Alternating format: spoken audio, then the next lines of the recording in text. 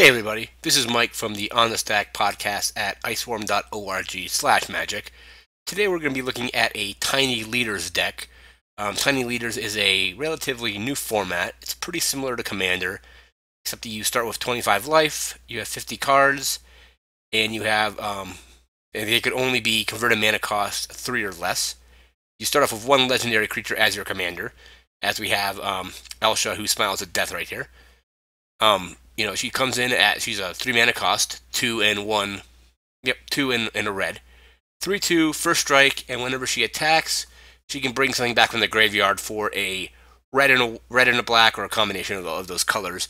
And it has to be power 2 or less, and it gets to be attacking again. So that's our commander. We have one, what's this? Altac Bloodseeker. It's a 1 mana in a red, so it's 2. Whenever a creature an opponent controls dies, it gets +2/+0 and gains first strike and haste until the end of turn. We have an Eidolon of the Great Revel. This is an enchantment creature. It costs 2 mana. And this is the trick of this card is whenever a player casts a spell with converted mana cost 3 or less, this deals 2 damage to that player. And this is also a creature. With everything only costing 3 or less in this format, this is going to do damage whenever somebody plays a spell. We have one Goblins of the Flarg. Just a 1/1 goblin. It has Mountain Walk. So if your opponents have mountains, this creature is unblockable. Have one Humble Defector for 1 and a red. It's a 2/1. You can tap him to draw 2 cards, and then your opponent gets that creature. Have one Krenko's Enforcer, just 1 and 2 red, for 2/2 with Intimidate, which means that it can only be blocked by artifact creatures or creatures that are Shira's color of this creature, so red creatures. Have one Lightning Berserker. It's a 1/1 for 1. You can dash it for 1, which means it can basically gain haste and gets put back in your hand at the end of turn. And you can also give it a +1/+0 counter for 1 red as well. Have one Mardu Scout, which is a 3/1 for 2. Can also dash for 2 as well. Have one Monastery Swiftspear for 1 red. It's a 1/2 with haste and prowess, so whenever you cast a non-creature spell, this creature gets +1/+1 until the end of your turn. Have a Mud Button Torch Runner for 2 and a red. So 1/1, and when it dies, it deals 3 damage to a target creature or player. Have one Raging Goblin, a 1/1 for 1. It just comes in and has haste. Have a Valley Dasher for 1 and a red. It's a 2/2 with haste, and it has to attack each turn if possible. And I have one Zergo Bellstriker, which is a 2/2 for 1. It can't block creatures with power 2 or more, but you can also dash it for 1 and a red. We're going to move into the enchantments. I have one Circle of Flame for 1 and a red. Whenever a creature without flying attacks you, or a planeswalker you control, it deals 1 damage to that creature. I have one Circle of Protection red. This is very important. So whenever a red source would deal damage to you, you can pay 1 mana or 1 colorless, and it will prevent that damage. This will go great with the Eidolon of the Great Revel. So whenever you cast a spell, if you have leftover mana, you just pay 1 mana to activate the Circle of Protection, and you don't take the damage from that enchantment spell. I have one Goblin Slide. So it's 2 and a red, and whenever you cast a non-creature spell, you can pay 1 mana. If you do, you can get a 1/1 Goblin creature. And one Impact Tremors, which is 1 and a red.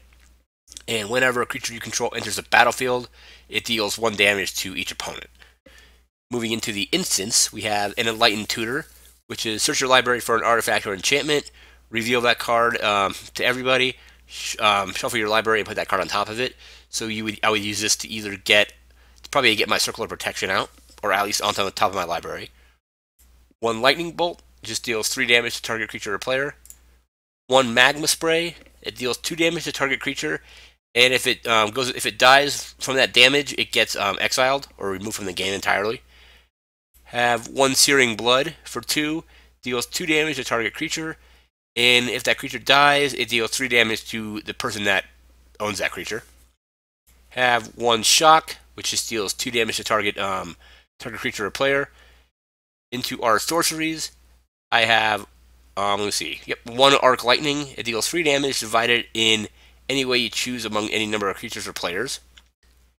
Have 1 Barrage of Boulders, deals 1 damage to each creature you don't control, and if you have a creature with power 4 or greater, creatures can't block that turn. Have 1 Bathe in Dragonfire, deals 4 damage to a target creature, good way to get rid of a creature. Have 1 Flame Rift, which is deals 4 damage to each player.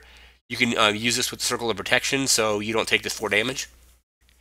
I have 1 Goblin Grenade, which you sacrifice a goblin, and this deals 5 damage to target creature or player. I have 1 Hordeling Outburst, which is a 3 mana cost, and it put 3 1/1 goblin tokens into play.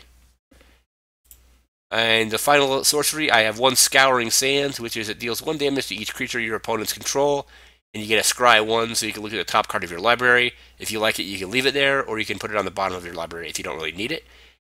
And as far as lands go, I have 12 mountains, 1 plains, 1 swamp, 1 Bloodfell Caves, tap for either black or red, and I gain a life. 1 Evolving Wild, which I can sacrifice this card and put a basic land into play, and it comes into play tapped. Have a Scoured Barrens, which taps for either white or black, and you gain a life when it comes into play. 1 Terramorphic Expanse, basically you tap this, and you can search your library for basic land card and put it on the battlefield tapped, and then you shuffle. 1 Unstable Frontier, which adds colorless mana. You can also tap it to target a land, and it becomes the basic type of land that you want. So you can, if you have a plains and you really need black, you can tap this and turn it into a swamp for a turn. And the last one, we have 1 Windscarred Crag, which taps for red and white, and it gains 1 life when it comes into play. So a pretty fast deck, and a pretty interesting with cards like this, that make it so whenever somebody plays a spell with power 3 or cost 3 or less, it deals 2 damage. You can easily combo that with your Enlightened Tutor, and other spells that damage you, such as the Flame Rift, can also be prevented with the Circle of Protection red. It's a pretty fun deck. We're going to talk about this deck probably more on the next podcast. And this is Tiny Leaders, so it's 50 cards. And I do have one artifact, sorry. 1 artifact, which is the Iron Star, and whenever a player plays a red spell, I can pay 1 mana, and if I do, I gain 1 life. So, like I was saying, it's a pretty fast deck, pretty fun. We're probably going to talk about it a little bit more on our next episode. And again, this format is Tiny Leaders, so it's 50 cards total, 1 legendary creature, and just like Commander, everything, you can only have 1 of every card in your deck except for basic lands. So you have basically 49 cards, 1 Commander, and then you can have as many basic lands as you want. But for example, on the Terramorphic Expanse, I can only have 1 of those. I can only have 1 Evolving Wilds, and only 1 of all the other non-basic lands that I want. And again, I want to thank you all for watching, and we'll see you next time.